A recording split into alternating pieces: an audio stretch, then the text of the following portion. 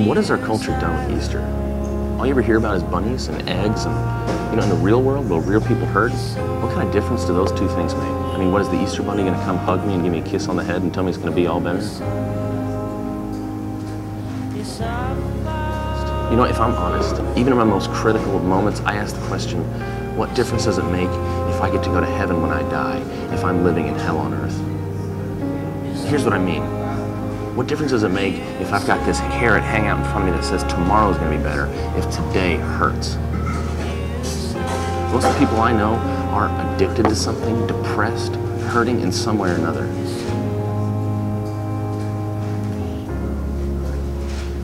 Christianity's got to say something about today. As a matter of fact, Christianity does say something about today. It doesn't just say tomorrow's going to get better. It says today's going to get better.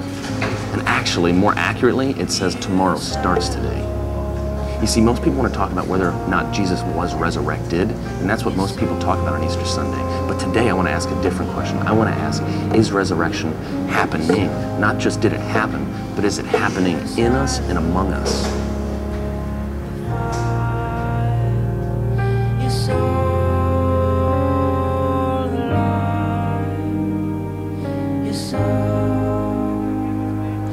So John has the most to say about resurrection out of any of the gospel writers. Matthew and Mark basically say, it's real short, they basically say, Jesus ain't in the grave no mo, so go tell everybody. And Luke, he's got this weird story where Jesus meets up with these disciples and they're walking down the road together and they don't even recognize him until they sit down and break bread together, and then after they've broken bread, they recognize him, but as soon as they recognize him, he takes off and he disappears.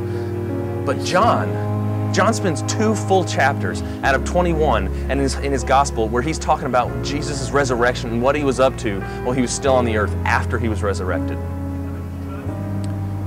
Now John starts his story about Jesus' resurrection with this fact that seems completely irrelevant. He says, on the first day of the week, he talks about Jesus being resurrected on the first day of the week. Well, we ask, what difference does it make what day of the week Jesus was resurrected on? Well, obviously to John, it's really important because in verse 19, he comes back and repeats what day of the week it happened on twice. He says, now on the evening of that same day, the first day of the week. And then he comes back again in verse 26 and says, 8 days later, which by the way, the ancients counted the calendar, would have been again on Sunday, the first day of the week. So John keeps mentioning that Jesus keeps showing up and doing stuff on the first day of the week. The other Gospels sort of point out that it happened on the 3rd day after his resurrection. Now, John does not disagree about the day that it actually happened on. He just counts different. In 4 different phrases, John keeps pointing out Jesus' resurrection happened on the first day of the week. He does this in 4 phrases in just 1 chapter, chapter 20. It's as if John's telling us, now guys, keep in mind, this is important. You've got to understand, Jesus' resurrection happened on the first day of the week. This is important. Don't miss it. First day of the week.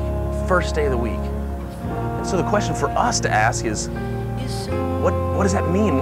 John, what point are you trying to make by telling us that Jesus' resurrection happened on the first day of the week? Why is that so important?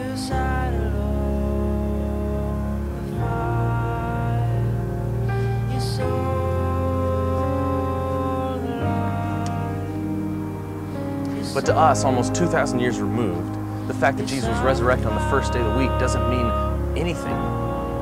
And it's not going to mean anything until we can begin to wrap our mind around what's John trying to do when he wrote this gospel? What's the point he's trying to make with the way he's telling this story? What does the week mean to a Jew of Jesus' day? What does resurrection mean to a Jew of Jesus' day? You see, Jews celebrated and still celebrate Sabbath. The reason why they do it is because that's their way of remembering that God created. You see, on the first day of the week through the 6th day of the week, God created, and on the 7th day He rested. So the Jews say, we're going to do the same thing. We're going to work. We're going to begin our work on the first day of the week. We're going to work through the 6th day of the week, and on the 7th day of the week, we're going to rest. So it's their way of saying, we remember God created. It's about creation and resting and working. Also, John's gospel, his whole gospel, really is about creation. Do you remember how he begins his gospel? He says, in the beginning was the Word, and this Word created everything. Well, that's a blatant allusion to Genesis 1:1. In the beginning, God created the heavens and the earth. So you see, he's saying his whole gospel is about creation, and more importantly, new creation.